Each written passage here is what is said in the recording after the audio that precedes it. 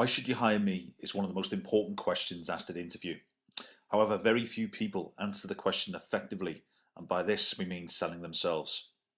You need to listen to us today because we have over 20 years experience in sales and recruitment. We have recruited for positions in the UK, Canada and Australia. The objective of this tutorial today is to provide you with a structure, and that structure is called FAB, which is used to answer the question, why should you hire me?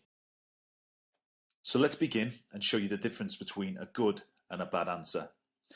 A bad answer would sound like, you should hire me because I have great communication skills, I am excellent at proposal writing, good with customers, can negotiate, I have really good experience, and this is why I feel I'm best suited for the role. I wish I got paid every time I heard that answer. The reason it's a bad answer is because it's generic. Anybody can turn into an interview and say those things. Now, while all those skills are relevant and they're good, what the recruiter and what the interviewer is looking for is more detail. They're looking for more weight and more depth behind the answer that you give. And this question is a real opportunity for you to sell yourself. You should always read the job description and person specification before you attend the interview. Find the skills in that job description and speak to the recruitment consultant or the person organising the interview to understand what those skills really are, what's really important to the employer. Then you can begin to build the question and build the answer that you can produce at the interview. So what is FAB?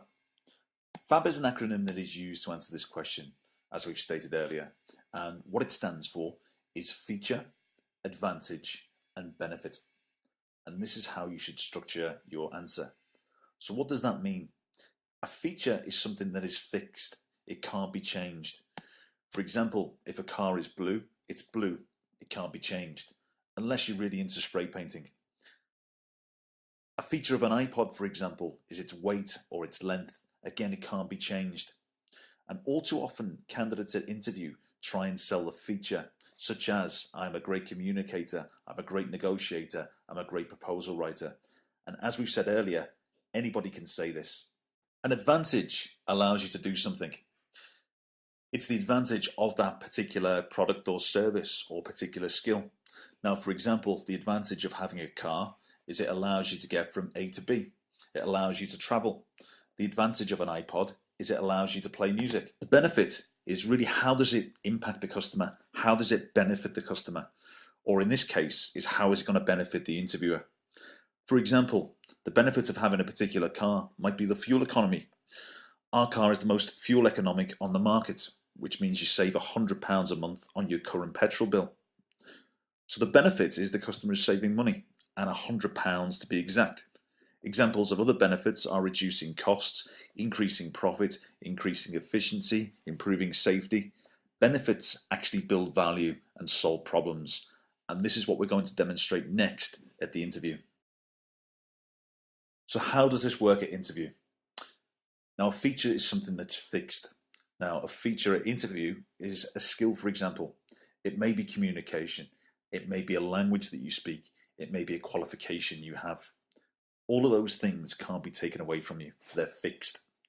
Now, if you have a qualification or a language, obviously there's an advantage of that. And then equally, there's a benefit also. To give you an example, we've had a person apply for a job recently, and it was a Spanish-speaking job. And the key skills that the candidate identified were obviously the ability to speak Spanish, the ability to sell, and the ability to communicate. Therefore, the answer sounded a little like this. Last year, while working for my existing employer, I used my ability to speak fluent Spanish. The opportunity came about through the acquisition of a Spanish bank. However, no one in our team could communicate effectively with senior decision makers, which is where I came in to take the lead. As a result, I closed a deal worth $3.2 million over 3 years. Without the ability to communicate effectively both in presentations and understanding Spanish business culture, it is unlikely we would have won. I know that during the last 7 years, new business sales in your company have increased by 24% in Spanish-speaking countries, which is why I believe that with my proven track record in sales and the ability to speak Spanish is the reason you should hire me. If you could give me a couple of minutes, I'd just like to talk you through my sales figures for the past 3 years, where I achieved 114% of target each year in the markets you're about to enter. So in summary, you can see the difference between a poor answer and a good answer. A poor answer is generic. I've got great communication skills, I'm a great negotiator, I'm a great administrator. Anybody can say this. Use FAB and use it properly and give more depth to your answer. And this is one of the reasons why you will be hired, is by stating a clear feature, a clear advantage of that feature, and a benefit to the employer. As you heard in the good answer, Spanish was the feature, communication was the feature, the ability to sell was the feature. The advantage of those was ability to communicate in Spanish-speaking countries. It was the advantage of being able to understand Spanish culture. The benefit to the employer was that they had somebody that had a proven track record, somebody that achieved 114% of the target, and that could close a deal worth 3.2 million. That's what an employer wants to hear. They want to hear the benefits, not the features. So good luck, practice the answer, and go and get the job that you deserve.